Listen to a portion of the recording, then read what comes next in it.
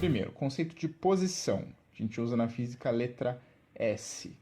Né? E aqui tem a flechinha que representa o vetor. Então, a posição é uma grandeza física vetorial.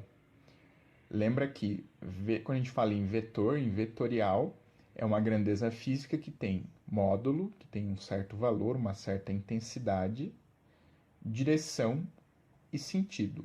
Ela representa basicamente o lugar em que um objeto, em que algo está, considerando um sistema de referência.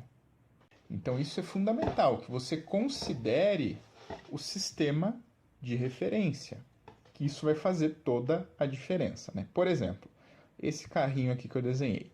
Nesse referencial, nesse sistema de referência azulzinho aqui, e eu posso dizer que a posição dele é 3 metros. Então ele está na posição 3 metros.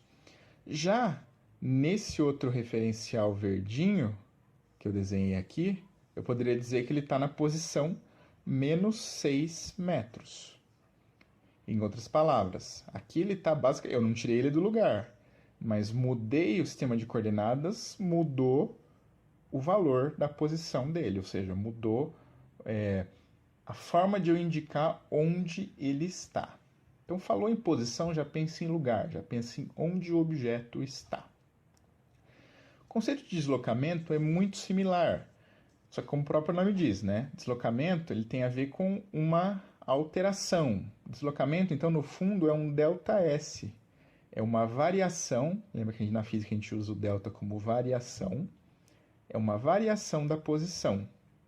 Em outras palavras, deslocamento é uma posição final menos uma posição inicial. É um S menos um S0.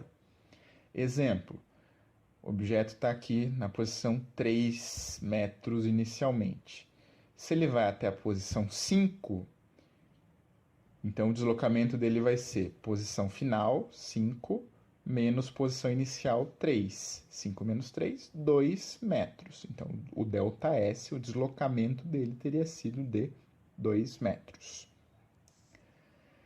É importante que a gente faça uma diferença aqui de deslocamento enquanto uma grandeza vetorial e deslocamento escalar, que você também pode chamar de distância percorrida.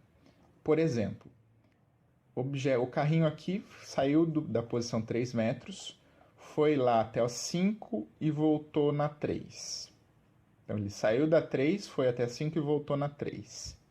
Como ele saiu inicialmente da posição 3 metros e voltou no final para a posição 3 metros, o deslocamento dele seria 0, porque ele saiu do 3 e voltou para o 3.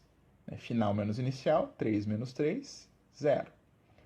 Só que, se você for falar em termos de deslocamento escalar, ou a gente também pode chamar de distância percorrida, o deslocamento dele, na verdade, não vai ter sido 0.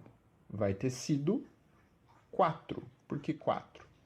Ele foi do 3 até o 5, então ele percorreu uma distância de 2 metros, e depois voltou do 5 para o 3, mais 2 metros.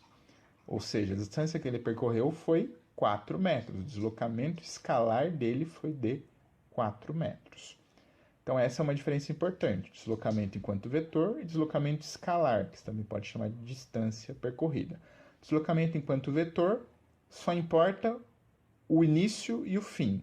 Não importa se ele foi para lá, voltou. Se ele, no final, voltou para a mesma posição de onde ele saiu, o deslocamento vai ter sido 0. Já o deslocamento escalar, não. O deslocamento escalar é a distância total percorrida. Outro ponto que eu acho que vale a pena a gente frisar aqui é uma das unidades de medida que normalmente também são utilizadas para a gente poder caracterizar a posição ou deslocamento de um objeto, de algo, que é a unidade de medida ano-luz. Tomem cuidado, ano-luz é uma unidade de medida de distância, tá? De deslocamento. Um ano-luz, basicamente, é, então, a distância... Ouviu ano-luz, já lembra, distância. Distância que a luz percorre em 1 ano. Quanto que vale um ano-luz em metros ou em quilômetros? Basta a gente pensar o seguinte: velocidade da luz no vácuo, aproximadamente 3 vezes 10 oitava metros por segundo. Vocês têm que lembrar disso aqui sempre, tá? Um ano, 365 dias. Cada dia tem 24 horas, então se eu multiplicar 365 vezes 24, vai dar 8.760 horas. Cada hora tem 3.600 segundos, então se eu multiplicar 8.760 por 3.600, eu vou chegar a 31.536.000 segundos. Essa é a quantidade de segundos que eu tenho em um ano. Então, um ano tenho essa quantidade de segundos.